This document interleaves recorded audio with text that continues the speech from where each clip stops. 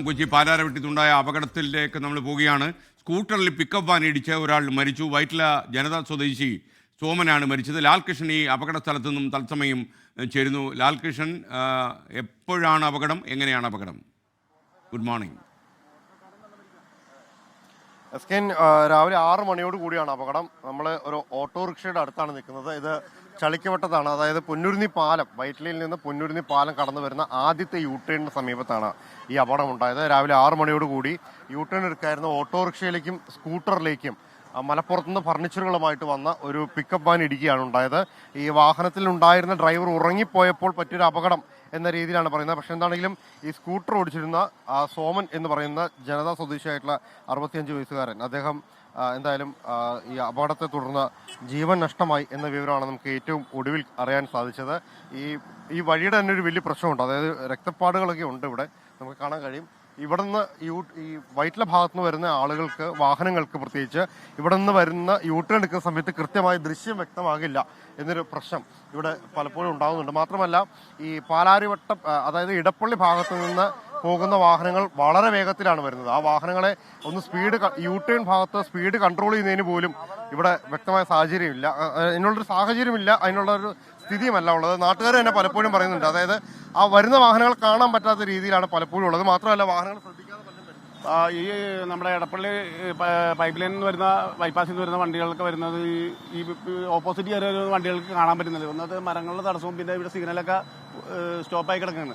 അപ്പോൾ അതൊക്കെ തന്നെയാണ് ഏറ്റവും അപകടത്തിൻ്റെ ഏറ്റവും വലിയ കാരണം.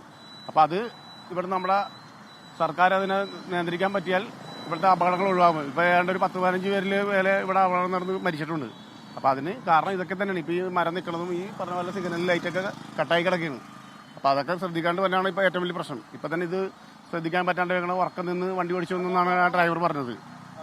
അമിത വേഗവും ഈ ശ്രദ്ധിക്കാൻ പറ്റും, അവർ പറഞ്ഞതിൻ്റെ പ്രധാനപ്പെട്ട കാര്യങ്ങളൊന്നാണ് ഈ അമിത വേഗം. മാത്രമല്ല ശ്രദ്ധിക്കാതെ പല വാഹനങ്ങളും കടന്നു വരുന്നതാണ് ഈ അപകടത്തിന് കാരണമാകുന്നത്.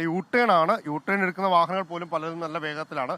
അത് മാത്രമല്ല യൂട്ടേൺ എടുത്ത് വാഹനങ്ങൾ വരുന്നുണ്ടോ എന്ന് നോക്കാനുള്ള ഒരു ഗ്യാപ്പ് പോലും ഇടപ്പള്ളി ഭാഗത്തുനിന്ന് വരുന്ന വാഹനങ്ങൾക്ക് കിട്ടില്ല. കാരണം ഇത് യൂട്ടേൺ ആണ് എന്ന് പരിചയമില്ലാത്ത ആളുകൾക്ക് പെട്ടെന്ന് മനസ്സിലാവില്ല. അല്ലാത്ത വാഹനങ്ങളെല്ലാം ഈ ട്രാക്കിലേക്ക് വരുമ്പോൾ വളരെ വേഗത്തിലാണ് ആ പ്രദേശത്തു കൂടി കടന്നു വരുന്നത്. അതുകൊണ്ട് തന്നെ യൂട്ടേൺ എടുക്കുന്ന വാഹനങ്ങൾ ഇടിക്കാനുള്ള സാധ്യതയും കൂടുതലാണ്.